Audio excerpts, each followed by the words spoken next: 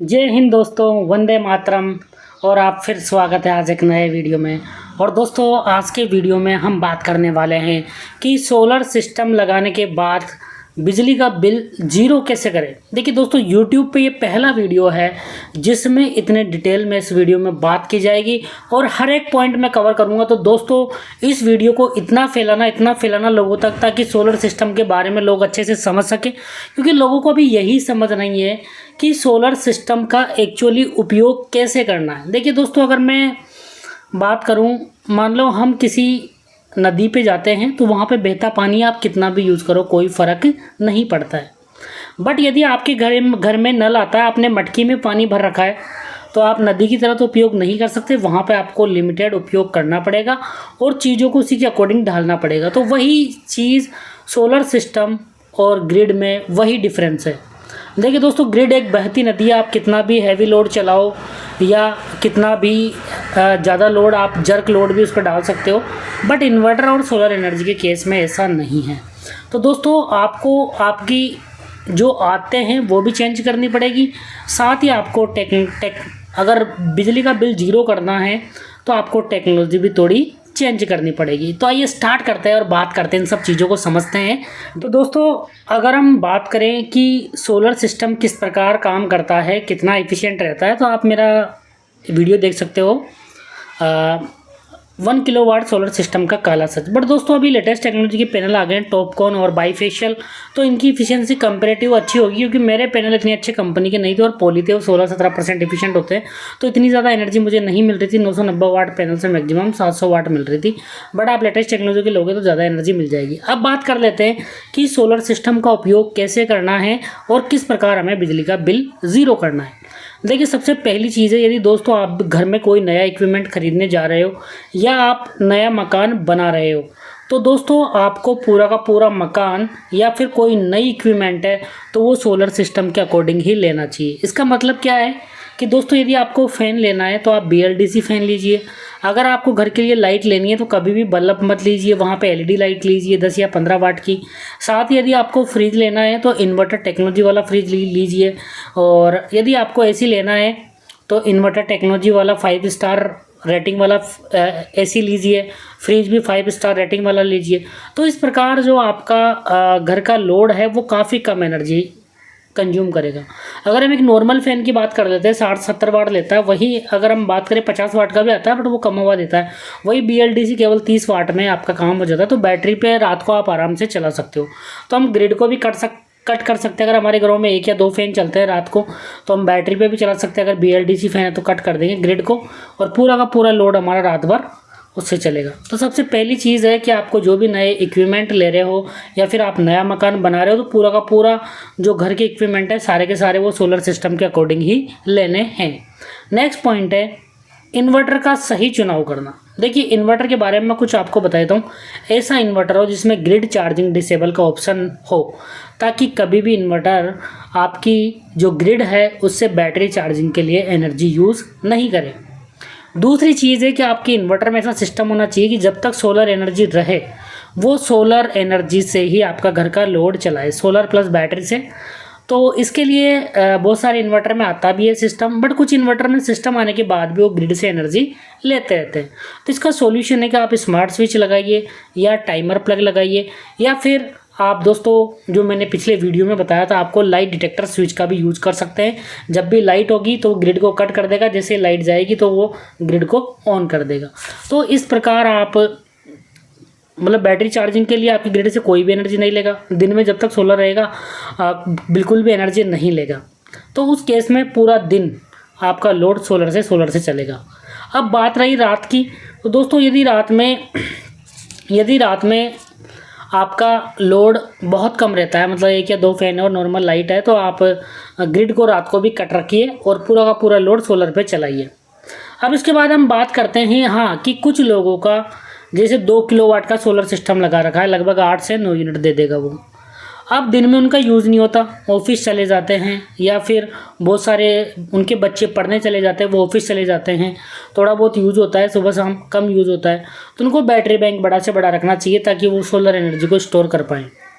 और जैसे मान लो सिंगल बैटरी वाला इन्वर्टर तो वहाँ पर डबल बैटरी लगाएगी, 300 एच का जो भी एक्स्ट्रा एनर्जी है वो आप बैटरी में स्टोर कर सकते हो। और दोस्तों सोलर सिस्टम की एक चीज़ हमें समझना बहुत ही ज़रूरी है।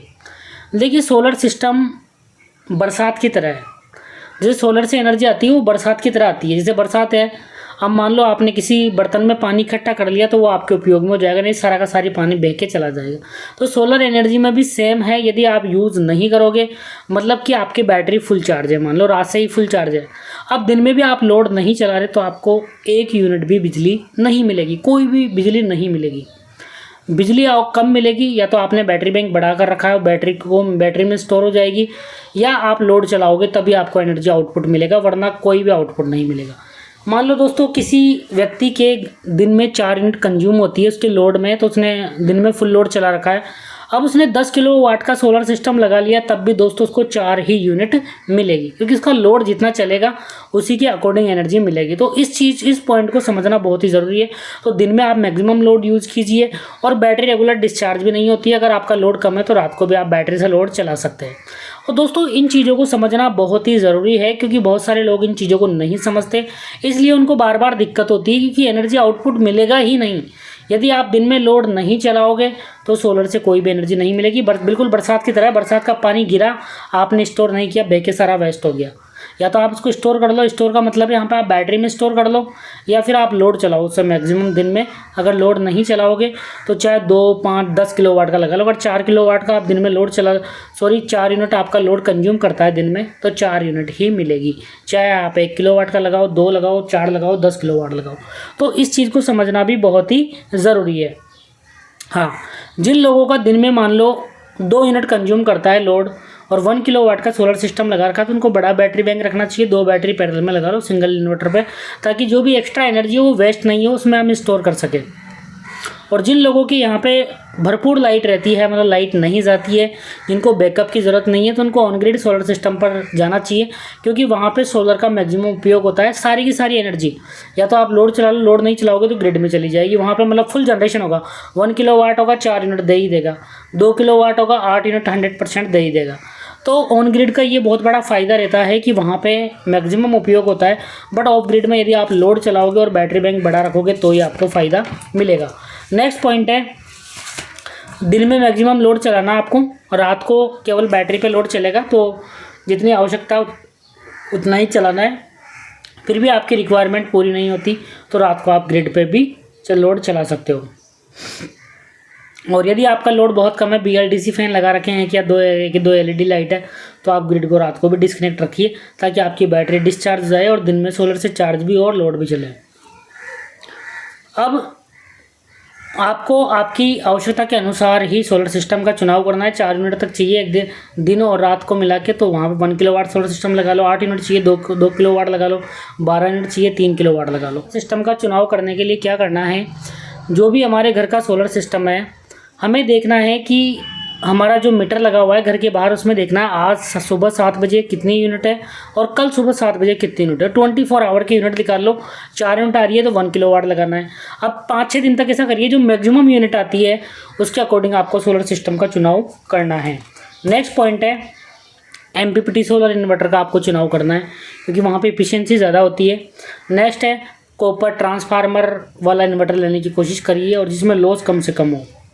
और इसके अलावा एक टिप्स है कि लेटेस्ट टेक्नोलॉजी के पैनल लीजिए आप, या तो बाईफेशियल पैनल लीजिए या फिर आप टॉपकॉन लीजिए, क्योंकि इनकी एफिशिएंसी 22% या उससे ज़्यादा हो सकती है। तो ये लेटेस्ट टेक्नोलॉजी के पैनल हमें लेने हैं, जिससे कि ज़्यादा से ज़्यादा हमें एनर्जी का आउटपुट मिल सके। और दोस्तों सोलर सिस्टम काम कैसे करता है, इसको समझने के लिए आप 1 किलोवाट सोलर सिस्टम की काली सच्चाई वाला वीडियो जाके देख सकते हो। देखिए कैसा होता है, जैसे मान लो मैंने 1000 वाट के सोलर पैनल लगाए, तो उनसे 700 से 750, मतलब 700 से 800 वाट्स के बीच एनर्जी मिलेगी। मुझे 700 वाट मिलती है, क्योंकि मेरे पैनल काफ़ी पुराने हैं। फिर उसके बाद इन्वर्टर की एफिशिएंसी होगी 80 to 85%। अब इन्वर्टर की एफिशिएंसी कैसे मैक्सिमम लेनी है, इस पर भी मैंने वीडियो बनाया हुआ है, जाके देख सकते हो। और बैटरी की एफिशिएंसी कैसे हम मैक्सिमम ले सकते हैं, उसका भी वीडियो चैनल पे अवेलेबल। तो दोस्तों सोलर सिस्टम में हमें इन्वर्टर की एफिशिएंसी मैक्सिमम कैसे लेनी है, इसका भी मैंने वीडियो बनाया हुआ है, उसको जाके आप समझ सकते हो। और बैटरी से कैसे मैक्सिमम एनर्जी आउटपुट हमें लेना है उसका भी वीडियो चैनल पे अवेलेबल है, उसको जाके आप देख सकते हो। तो 1000 वाट के पैनल लगाए तो 700 से 800 वाट एनर्जी मिलेगी। उसके बाद हमारे इन्वर्टर की एफिशिएंसी अलग होती है, जैसे 80 to 85% होती है, तो 80 मान लेते हैं हम। तो फिर जो 700 वाट मिला उसका भी लगभग 560 वाट के समथिंग एनर्जी मिलेगी। और यदि आपने उसको बैटरी में स्टोर कर दिया और वापस यूज़ करोगे तो फिर वहाँ पे पावर लॉस होगा। तो 1 किलोवाट के सोलर सिस्टम से 500 से 600 वाट तक का लोड मैक्सिमम चलाया जा सकता है सोलर से डायरेक्ट, और पूरे लॉस निकालने के बाद इन्वर्टर। यदि आपने बैटरी में स्टोर करके चलाया तो फिर और ज़्यादा लॉस होंगे, लगभग वो 450 से 500 वाट तक का लोड चला पाएगी।